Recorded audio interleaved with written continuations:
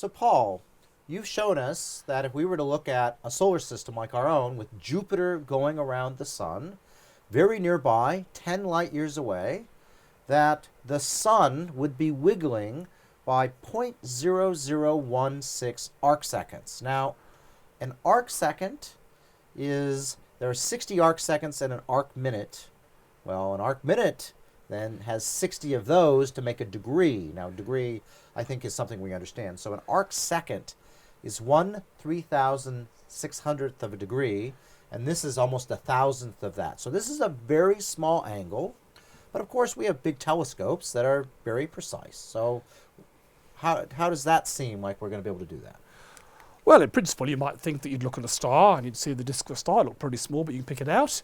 And then you'd go and observe it again a few years later, and it would have moved. So you could try to look for something going from here to here. Not very big, but doable. So it moves by more than the star is wide across. Yeah. Yeah. Okay, so that may be doable. But there's a problem, is that when I go out and I observe, at least in the telescopes I use, stars don't look like that. They look more like that. So what we're actually trying to pick up is the difference between this and this. Yeah, that looks a little harder. So why do your images of stars look so blurry?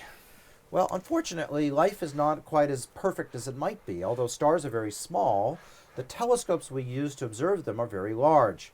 Here's the Anglo-Australian Telescope up near Coonabarabran, Siding Spring Observatory. And you can see this 4-meter telescope is many, many tons of equipment that all has to be lined up to 1/10 of the wavelength of light you're looking at. And 1/10 of the wavelength of light you're looking at is like on order of 1/10 of a micron, or 100 nanometers. So you have to have hundreds of tons of stuff lined up to 1/10 of a nanometer.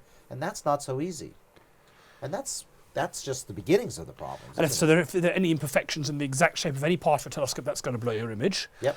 But even if you build a perfect telescope, and we're fairly good at doing that, you've got this bloody thing up here called the atmosphere. This is Mauna Kea Observatory, possibly the best observing site on Earth that we use at the moment. That's me in front of one of the telescopes up there. But you can see even at this high altitude, it's about 4,200 meters up, there's a lot of atmosphere above you. And this atmosphere is not all uniform. It's got bubbles of hot and cold air, which have a different refractive index, and they bend the light. It's called astronomical seeing, and that was going to blur your image. So that's like the worst problem we have, really. But, okay, we spend a lot of money. We build telescopes in space. We get above the atmosphere. And the Hubble Space Telescope, of course, really is lined up to 1/10 of a wavelength, and it is above the atmosphere. Clearly, this should solve our problem. But the trouble is, even if you put the telescope in space, there's a fundamental problem that comes from the wave nature of light. This is refraction. As the light comes in through the aperture of the telescope, it's refracted because of its wave nature, and that blurs the images. We'll talk more about this later in the course when we get on to direct imaging, but it turns out that even for telescopes in space, your images are going to be blurry at some level. Not as bad as from the ground, but still pretty blurry. All right, but, okay, so let's say we have our star, and it's blurry. I can take lots of data, and if I get enough data, I should be able to maybe overcome my problem, right? I just go through and I use the law of averages, and I just average. And so although it's really, really blurry...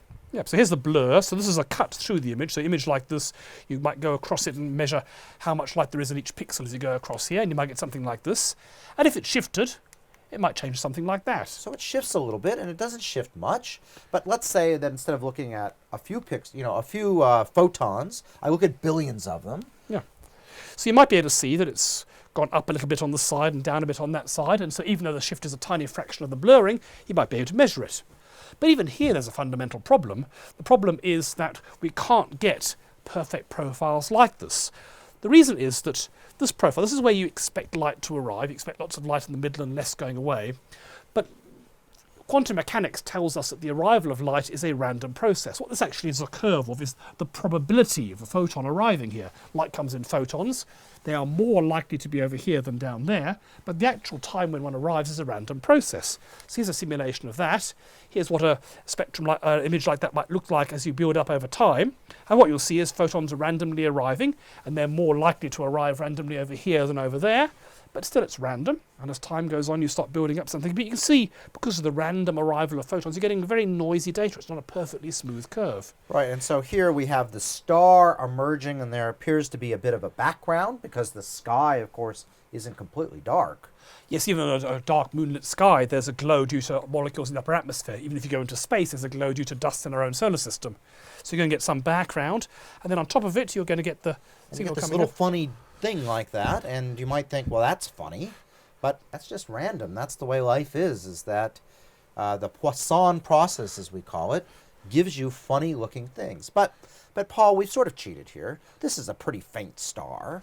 Why don't we look at Sirius, the brightest star in the sky, and then our telescopes should be literally able to detect billions of photons a second, and so we should be able to get something that looks pretty close to our ideal case. Yeah, what you saw here is when we had very few photons, like here, it looked like almost complete noise, but as the number of photons builds up and up, it gets better and better. And sure enough, if you can get hundreds of billions of photons, which you certainly can looking at a really bright star like Sirius, then you will get back that very sharp image.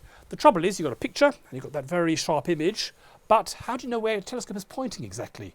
You kind of, you may be able to measure very precisely, it's at pixel number 47.539 on my detector, but when you go back and observe 10 years later, which you need to because these are 10-year periods, your telescope is almost certainly pointing a little bit off, so the pixel will change even if it hasn't moved. So you'll know exactly where the star is in your picture, but you won't actually have any idea where it's exactly on the sky. So the way you normally solve this is you reference it against some other stars in the field. So if you had two bright stars very close together, you may not know exactly where they are, but you'll know where one is relative to the other one. The trouble is, the really bright stars where you get beautiful smooth data, like Sirius, there isn't another Sirius an arc second away from it. Okay, so the fact that we have Betelgeuse 25 degrees away isn't going to help us too much. No, you need the two to be so close they'd be on the same part of the same image. If they're any further apart, even the atmospheric blurring will move them differently around to muck you up. Okay, so this sounds almost hopeless.